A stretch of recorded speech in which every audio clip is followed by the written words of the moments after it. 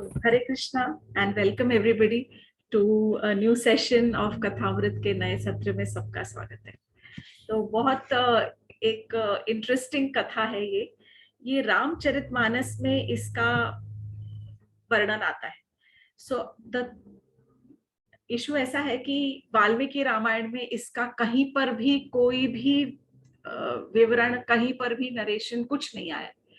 और रामचरितमानस के उत्तरकांड में ये जो विवरण आता है about the details of Kakbhushundi थोड़ा डिबेटेबल है। कुछ लोग कहते हैं नहीं है, बट मैं थोड़ा सिर्फ एक छोटा सा चरित्र चित्रण बताऊंगी। काकभूषुंडी कौन थे और फिर उन्होंने उनसे जो गरुड़ जी ने जो प्रश्न पूछे हैं, 7 प्रश्न, वो मुझे इसलिए अच्छे लगे क्योंकि ऑफ कोर्स वो है तो है ही रामचरितमानस के अंदर, लेकिन भले ही वो उत्तरकांड का हिस्सा हो जो कि डिबेटेबल है। आजकल सब कह रहे हैं कि उत्तरकांड बाद में जोड़ा गया तो वाल्मीकि रामायण के अंदर, परंतु वो इतने अच्छे और इतने सुंदर प्रश्न हैं और उनसे भी सुंदर उनके उत्तर दिए गए हैं।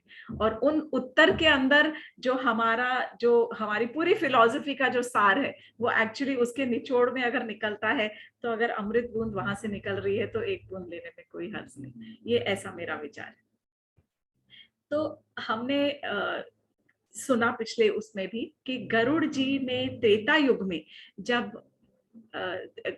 युग में जब रामचंद्र जी और लक्ष्मण जी का रावण के साथ युद्ध हो रहा था, तब उस समय इंद्रजीत ने, मेघनाद ने नागपाश अस्त्र भेजा था।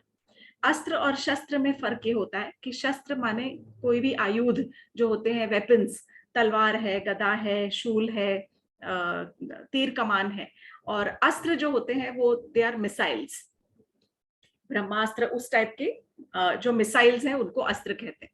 मंत्र वगैरह फूंक के जो फेंके जाते थे, डाले जाते थे।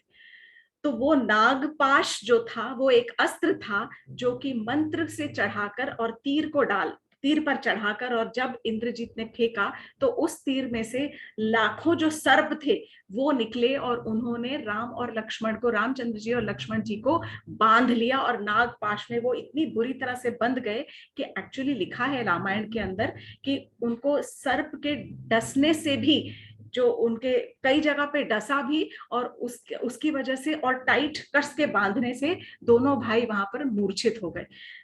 वहां पर पहुंचे जो उपस्थित कई सारे कमांडरों ने, बहुत जो युद्ध के अध्यक्ष थे, उन्होंने बहुत कोशिश की अपनी मंत्र विद्या से उनका जहर उतारने की और नागपाश से खोलने की, पर वे विफल रहे।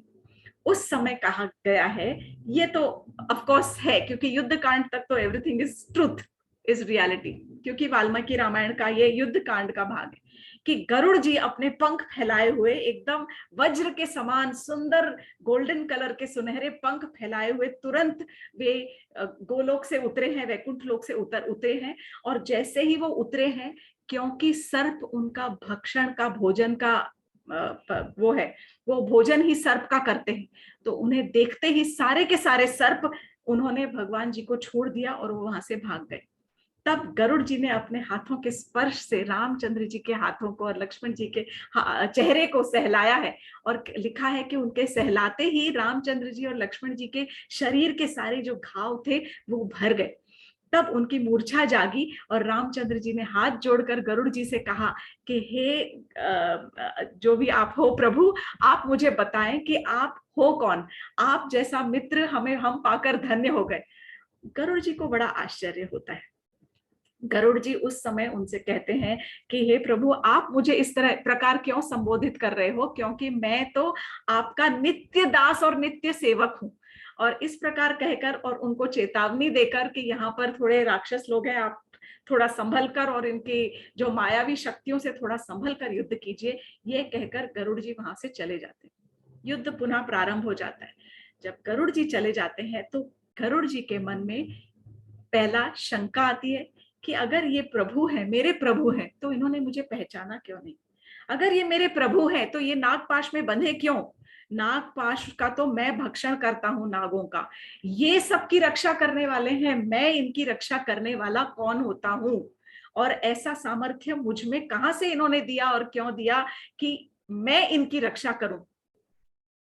तब उनके मन में थोड़ा जो ये संशय आया, संशय के साथ साथ उनके मन में थोड़ा सा अहंकार भी आया। और इस अहंकार को और इन सारे डाउट्स को लेकर वे जाते हैं नारद मुनि के पास। नारद मुनि उन्हें भेजते हैं शिव जी के पास, और शिव जी उन्हें भेजते हैं कि आप मानसरोवर जाइए, मानसरोवर में आपको काकभुशुंडी मिलेंगे, और काकभुशुंडी के पास आपके सारे समस्याओं का हल और निवारण हो जाएगा।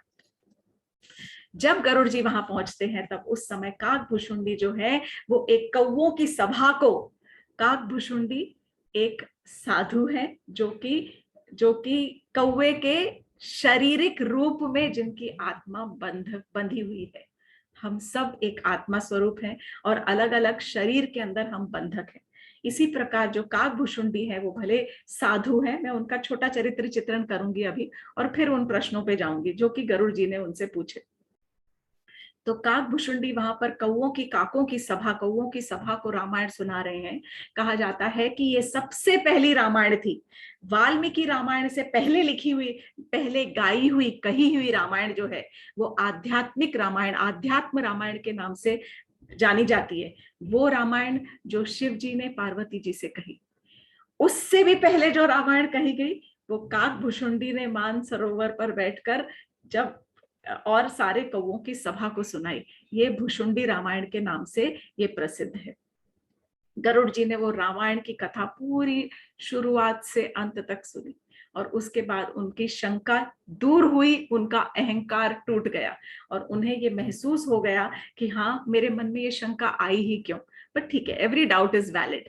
सो ये भी प्रभु की लीला थी शायद, इसीलिए ये सारी घटना घटी।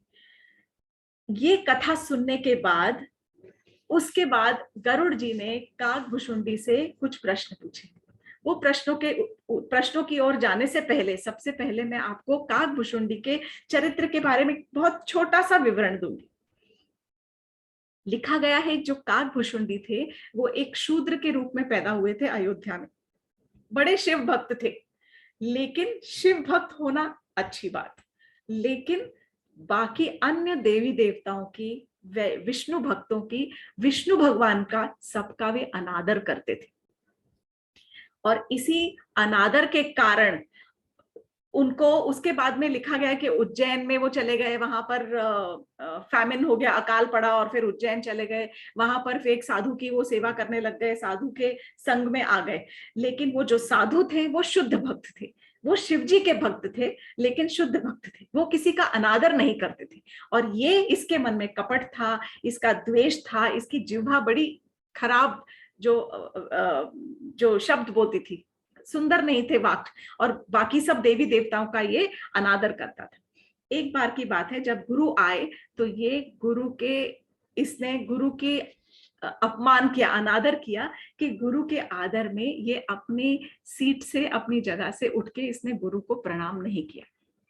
इस वजह से ऐसा कहा गया है कि आकाशवाणी हुई जिससे जो भुशुंडी थे, जो भी वो ब्राह्मण थे, उनका नाम उस वक्त तो भुशुंडी नहीं था, और जो वो ब्राह्मण थे, सॉरी शूद्र थे, उनको उस समय अपमान का एक कर्स मिला, एक आकाशवाणी हुई कि तुम्हें श्राप मिलता है कि तुम क्योंकि एक ही जगह पर बैठे रहे और तो उठे नहीं, तुमने अपने गुरु को प्रणाम नहीं किया, इसलिए तुम्हें अजगर का शरीर प्राप्त होगा। जिस प्रकार अजगर अपने शरीर से, अपनी जगह से हिलता नहीं है, इसी प्रकार तुमने भी यही आचरण दिखाया है, इसलिए तुम्हें अजगर का शरीर प्राप्त होगा। गुरु जो है वो हमेशा बहुत बहुत बहुत ज्यादा कृपालु होते हैं, और ये जो शूद्र था, इसके भी जो गुरु थे वो भी बहुत कृपालु थे। उनके मन में दया भाव आई और उन्होंने शिव जी से प्रार्थना की कि ये मेरा शिष्य है, इसे आप क्षमा करें। गुरु के प्रार्थना से और गुरु के क्षमा मांगने से दोबारा एक आकाशवाणी हुई और कहा कि ठीक है, तुमको अजगर का शरीर तो मिलेगा, लेकिन कई जन्मों के बाद में इट विल बी पीसफुल, मतलब इतना दुखद तुम्हारी मृत्यु नहीं होगी। कई जन्मों के बाद में तुम्हें एक राम भक्त का भी शरीर मिलेगा और तुम्हारा अयोध्या में जन्म होगा। इस प्रकार जब श्राप ग्रसित होकर वो जो शूद्र था उसका जो अगला जन्म हुआ वो एक पेड़ के नीचे एक अजगर के रूप में हुआ, वो समाप्त हुआ। उसके बाद लिखा है कि कई पशु पक्षी और जानवर के रूप में उसने कई अपने जन्म निकाले, गुजारे। और उसके बाद जो उसका जन्म होता है तो वो एक ब्राह्मण परिवार में जन्म हुआ अयोध्या नगरी में। लिखा है कि वो साधु और साधु के संगति में रहकर राम भक्त हो गया। और फिर कुछ समय बाद वो एक जो साधु थे लोमश ऋषि, उनके साथ में साधु संग करने लगा, उनकी सेवा में लीन हो गया, उनकी सेवा करने लग गया, रत हो गया। एक बार की बात है, लोमश ऋषि के साथ में जब वो प्रवचन कर रहे थे तब उस समय ये जो ब्राह्मण था इसका उनके साथ में वाद विवाद हो गया। क्योंकि लोमश ऋषि भले ही वे भी राम भक्त थे या जो भी वे भी विष्णु भक्त थे, लेकिन वे उस समय भगवान के निराकार रूप की चर्चा कर रहे थे। और ये जो ब्राह्मण था ये बार बार उनसे कह रहा था कि मुझे भगवान के साकार रूप की कथा सुनाइए, मुझे भगवान के साकार रूप की कथा सुनाइए। तो इस वाद विवाद के चक्कर में पड़कर जब चर्चा हो रही थी तब लोमश ऋषि को थोड़ा सा क्रोध आ गया और आवेश में उन्होंने इस ब्राह्मण को श्राप दे दिया कि तुम बार बार बोल रहे हो, इसलिए मैं तुम्हें श्राप देता हूं कि तुम जाकर एक जो कौवा बन जाओ, काक बन जाओ, चांडाल पक्षी कौवा बन जाओ, ऐसा कह दिया। कह तो दिया, पर कहने के बाद उन्हें बहुत ग्लानि हुई, बहुत ज्यादा दुख हुआ कि अरे ये मैंने क्या कर दिया, ये तो मेरा भक्त था और ये मेरा शिष्य था और मैंने बिना बात के अपने ही आवेश और क्रोध में आकर इसको मैंने श्राप दे दिया। तब उन्होंने एक रिवर्सल कर्स दिया और कहा कि भले तुम कौवा बनोगे लेकिन तुम ऐसे काक होगे कि जिसे अपने पूर्व जन्म को के ज्ञान का आभास होगा। फिर उन्होंने उसको ब्लेसिंग्स भी दी, उनके ऊपर कृपा भी दी, कृपा दृष्टि देकर उनको वरदान भी दिया कि तुम जो है वो राम भक्त बनोगे। और उनको फिर जो काकभूषुंडी थे उनको लोमश ऋषि ने राम के बालक रूप के ध्यान की विधि समझाई। ऐसा कहा गया है कि रामचंद्र जी के जो बाल स्वरूप के ऊपर ध्यान करने की एक खास विधि का मंत्र उन्होंने दिया कि इसको जाप करने से, इस विधि को पालन करने से हर समय आपका जो मन है वो बालक राम के मन में, बालक राम के चरणों में हमेशा लिप्त रहेगा। उनको इच्छा मृत्यु का वरदान दिया और उनको ज्ञान और वैराग्य का भंडार बना दिया। ऐसा कहा जाता है कि ये जो है हर त्रेता युग में, हर कल्प में, त्रेता युग में रामचंद्र जी का जन्म होता है। तो हर त्रेता युग में जब जब श्री राम का जन्म होता है तब तब काकभूषुंडी जी जो है वो अपने बालक राम के साथ खेलने के लिए कौवे की रूप में वहां पर आते हैं और उनके साथ में खेल की क्रीड़ा करते हैं। और अन्य समय में वे मानसरोवर पर रामायण की चर्चा कर रहे होते हैं। और वहीं जहां चर्चा कर रहे थे वहीं पर गरुड़ जी पहुंचते हैं और गरुड़ जी ने उनसे सारी रामायण सुनने के बाद उनसे कुछ प्रश्न किए। ये जो प्रश्न है ये हमारे सारी जो हमारा भक्ति है, हमारे जो ज्ञान है उसका एक्चुअल निचोड़ है। तो ये जो 7 प्रश्न थे ये क्या है? सबसे पहला जो प्रश्न है वो पूछते हैं काकभूषुंडी जी से कि हे साधुवर, आप मुझे बताएं कि सबसे दुर्लभ योनि कौन सी है? Out of all the forms सबसे जो यूनिक और सबसे ऊंची जो है योनि वो कौन सी है जो कोई भी व्यक्ति प्राप्त कर सकता है, कोई भी जीव जो उस योनि को प्राप्त करना चाहिए या उसके लिए लालायित रहना चाहिए? तो काकभूषुंडी जी से काकभूषुंडी कहते हैं सबसे दुर्लभ योनि जो है वो ऑब्वियसली मानव योनि है। मनुष्य योनि, जो मनुष्य का जो शरीर है वो सबसे उत्तम और सबसे दुर्लभ है। क्यों? क्योंकि इस योनि में ही इंसान, जो कोई भी जीव है, मैं इंसान नहीं कहूंगी, इस योनि में कोई भी जीव बड़ी सरलता से भक्ति को प्राप्त कर सकता है। इस शरीर को पाने की प्रबल इच्छा हर एक देवी देवता और सारे उच्च लोकों के भी जो जीव हैं वो भी इस शरीर को पाने के लिए हमेशा लालायित रहते हैं और उनकी प्रबल इच्छा रहती है। केवल यही शरीर से वो स्वर्ग, ऊपर भी जा सकता है, स्वर्ग लोक को जा सकता है और मोक्ष भी प्राप्त कर सकता है। और उससे भी बड़ी चीज है कि वो बड़ी बड़ी सरलता से इस योनि में भक्ति प्राप्त कर सकता है। ज्ञान, वैराग्य और भक्ति प्रदान करने वाला केवल एक ही है और वो है मानव शरीर। सो सबसे पहला प्रश्न, सबसे दुर्लभ योनि कौन सी है? वो है मानव योनि। और मैंने उसका कारण भी आपको काकभुशुंडी जी के अनुसार उन्होंने जो बताया मैंने कहा। अगला जो प्रश्न वो पूछते हैं कि सबसे बड़ा दुख या दर्द कौन सा है? सबसे बड़ा दुख, वो कहते हैं काकभुशुंडी की सबसे बड़ा दुख दरिद्रता का दुख है। हम भी मानेंगे कि हाँ, गरीबी बहुत कचोटती है, लेकिन इसके आगे वो कहते हैं दरिद्रता धन की दरिद्रता नहीं, व्यय और साधन की भी दरिद्रता नहीं, लेकिन प्रेम और ज्ञान की दरिद्रता। जिस घर में प्रेम की कमी हो, जिस घर में ज्ञान की कमी हो, उस घर को आप दरिद्र समझेंगे। जिस व्यक्ति ने अपने जीवन के अंदर ना कभी प्रेम किया, ना किसी कभी प्रेम का आदान प्रदान किया, ना ही कोई भगवान के ज्ञान को अर्जित करने का कोई प्रयत्न किया, वो इंसान वही दरिद्र कहलाता है। So this is the second question. First question, सबसे इंपॉर्टेंट योनि कौन सी है? दूसरा, सबसे बड़ा दुख कौन सा है? दुख, सबसे ज्यादा दुख कौन है? बड़ा दुख दरिद्रता का दुख है। सबसे तीसरा प्रश्न, सबसे बड़ा सुख कौन सा महसूस होता है? सबसे बड़ा सुख वे कहते हैं साधु संग और महात्माओं के संग से मिलने वाला जो आनंद है, वही सर्वश्रेष्ठ है। मन, वचन और, क्योंकि जो साधु हैं वे अपने मन से, अपने वचन से और अपने परोपकारी जो नेचर से, परोपकारी स्वभाव से सबका मन मोह लेते हैं और वही सबको आनंद प्रदान करते हैं, और वो सबसे बड़ा सुख है। तो साधु संग जो है वो सबसे बड़ा परम आनंद प्रदान करने वाला सुख है। चौथा प्रश्न गरुड़ जी पूछ रहे हैं कि संत और असंत में क्या फर्क है, क्या भेद है? संत और असंत के स्वभाव में क्या फर्क है? तो काकभुशुंडी जी कह रहे हैं कि जो संत है वो दूसरों की भलाई के लिए अपना जीवन दे देते हैं। उनका पूरा जीवन जो है केवल दूसरों के परोपकार और दूसरों की भलाई के लिए देते हैं।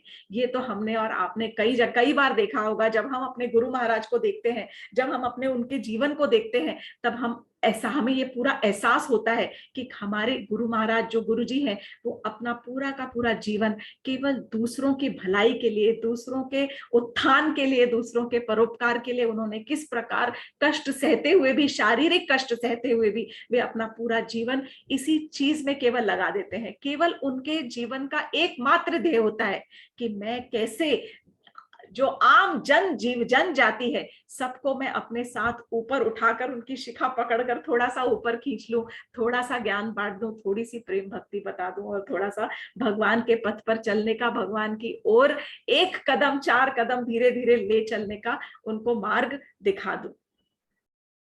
तो संत और असंत में क्या भेद है? संत दूसरों की भलाई के लिए सुख सहते हैं और असंत दूसरों को दुख पहुंचाने के लिए किसी भी हद तक जा सकते हैं।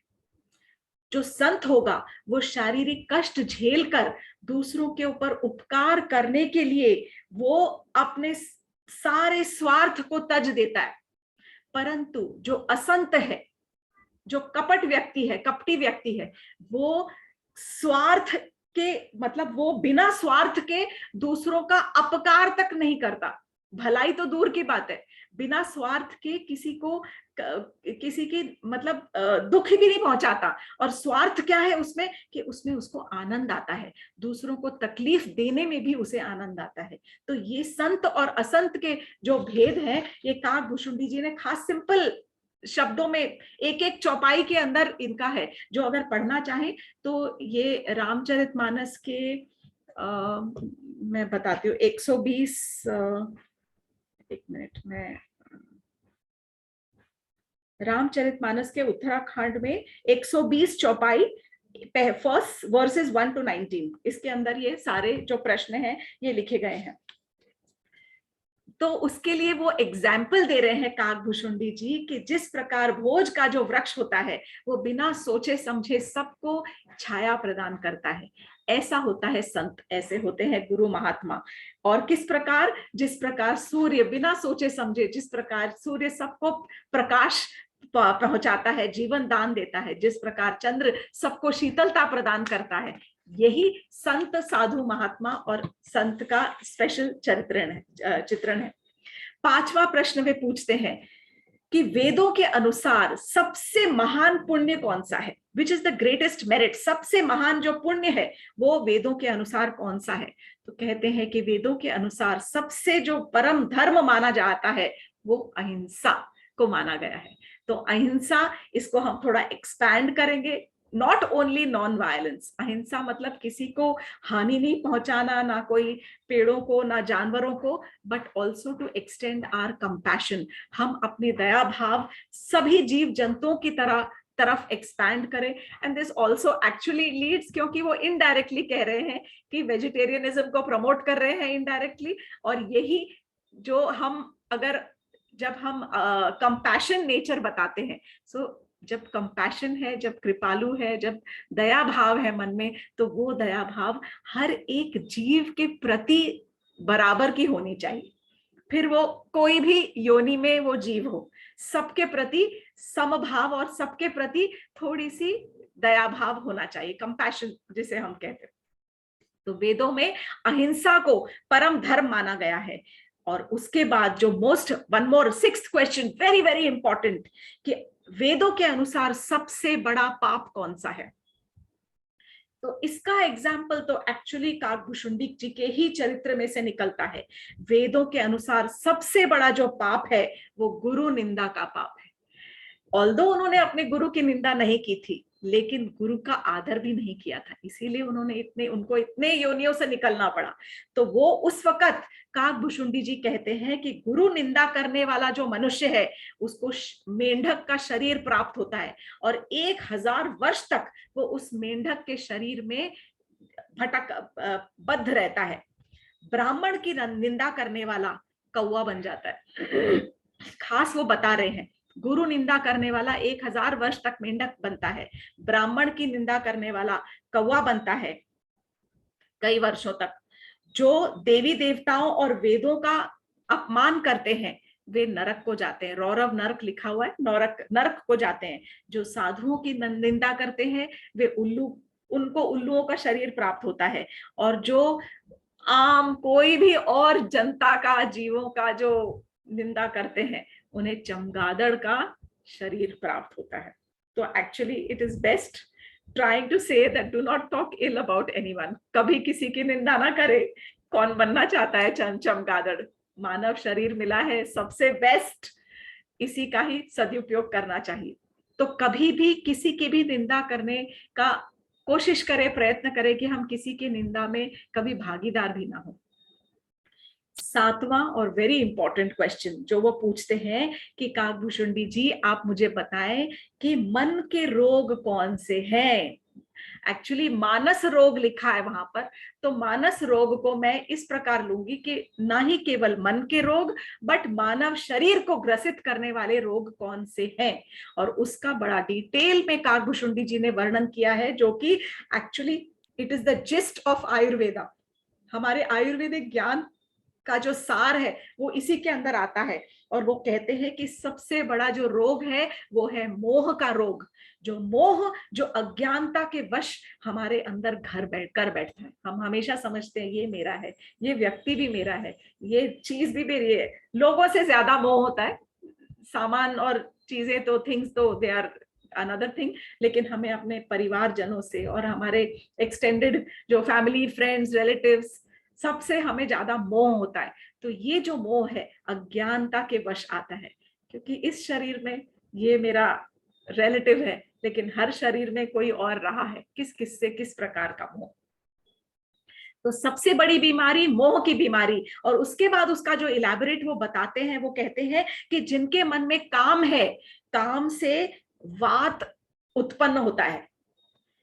जिनके मन में लोभ है उससे कफ की वृत्ति जो है वो उत्पन्न होती है, और जिनके मन में क्रोध ज्यादा भरा हुआ रहता है उनको पित्त की प्रॉब्लम ज्यादा सताती है। No, this is actually Ayurvedic. अगर आप किसी आयुर्वेदिक डॉक्टर से भी बात करेंगे तो वो भी आपको यही बताएगा कि हाँ, ये तो एकदम सच है कि क्रोध ज्यादा होगा तो एसिडिटी हो जाएगी, लोभ होगा तो कफ बनेगा, और काम ज्यादा होगा। काम यहाँ पर इज नॉट एक्चुअली ओनली वासना, काम extends to more of attachment desires. जब ज्यादा हमारा जो मोह है और अटैचमेंट है कोई भी लोगों से, उसको भी हम काम के ही ब्रॉड कैटेगरी के अंदर डालेंगे। काम गिव्स राइज टू वात, और ये तीनों जो मिलकर ये हर एक शरीर की बीमारी का कारण बनते हैं। बहुत डिटेल में उन्होंने दिया है कि किस प्रकार बहुत ज्यादा ममता करने से चर्म रोग होता है, ईर्ष्या करने से खुजली और दाद की बीमारी फैलती है, हर्ष और विषाद से गर्दन की तकलीफें मिटती बढ़ती हैं, पराये सुख को देखकर जो जलन होती है उसे टीबी हो जाता है। There is a lot of detail in ये चौपाइयों में, अगर कभी समय हो तो जरूर इनको पढ़िएगा, तो शायद थोड़ा सा हमें अपनी बीमारियों के वजह के बारे में हम थोड़ा सतर्क हो जाएंगे कि अरे अगर मुझे एसिडिटी हो रही है तो मुझे क्यों हो रही है। दंभ, कपट, मद और मान ये नसों के रोग के कारण है। मत्सर और अविवेक जो है, this gives rise to several तरह की फीवर्स, ज्वर का कारण है। तो इस प्रकार उन्होंने कई सारे जो बीमारियां हैं वो बताई हैं जो मानस रोग हैं। तब काकभूषुंडी जी पूछते हैं पर इनका उपाय क्या है। तब काकभूषुंडी जी से जब गरुड़ जी ने यह पूछा कि ये उनका उपाय क्या है, तो काकभूषुंडी जी कहते हैं हाँ, नियम। हमें लगता है कि हम अगर नियम धर्म का पालन करेंगे, अच्छा आचरण करेंगे, यज्ञ करेंगे, दान करेंगे, तप करेंगे, तो इससे हमारे दुखों का और हमारे शारीरिक तकलीफों का निवारण होगा। परंतु they do not solve the disease। ये हमारे शरीर की बीमारियों को कितना ही आप दान कर्म कर ले, धर्म कर ले, यज्ञ कर ले और ज्ञान अर्जित कर ले, भगवत गीता रोज पढ़ ले, लेकिन जो ये बीमारियां हैं, ये मन की बीमारियां, काम क्रोध मोह लोभ मत्सर की बीमारियां नहीं जाने वाली हैं। क्यों? क्योंकि उसका केवल एक ही सरल उपाय है, और द ओनली रिलीफ इज कि प्रभु राम के, क्योंकि ये रामचरितमानस में लिखा है, इसलिए प्रभु राम के चरणों में आप सरेंडर कर दीजिए। आप अपनी भक्ति उनके, अपने मन को रामचंद्र जी के चरणों में लगाइए और अपने आप को उनकी भक्ति में लगाइए, उनका नाम जपिए और उनकी कृपा दृष्टि की प्रार्थना कीजिए। यही केवल उपाय है। और फिर उसके बाद खास कहते हैं क्यों? क्योंकि जो भगवान के नाम में जो पावर है, शक्ति है, वो भगवान से भी ज्यादा है। ये तो सारे साधु महात्मा सब यही कहते हैं। और एक खास उन्होंने उसके अंदर जो लिखा है, कलयुग जोग न यज्ञ न ज्ञाना। कलयुग के अंदर ना ही कोई यज्ञ करना है, ना योग तप करना है, ना यज्ञ करना है, और ना ही ज्ञान करना है। ज्ञान के पीछे ना भागिए, ना यज्ञ कीजिए, और ना ही योग ध्यान में बैठ जाइए। नहीं, एक आधार राम गुण गाना, केवल एक आधार है। आप प्रभु का नाम जो है वही उसका गुणगान करिए। सब भरोस तजी जो भजई राम ही, सबका भरोसा छोड़कर जो केवल राम का भजन करते हैं, प्रेम समेत गाव गुण ग्राम ही, उनके गुण पूरे ग्राम जो है सबको गाने चाहिए। प्रेम के सहित भगवान का नाम का गुणगान कीजिए।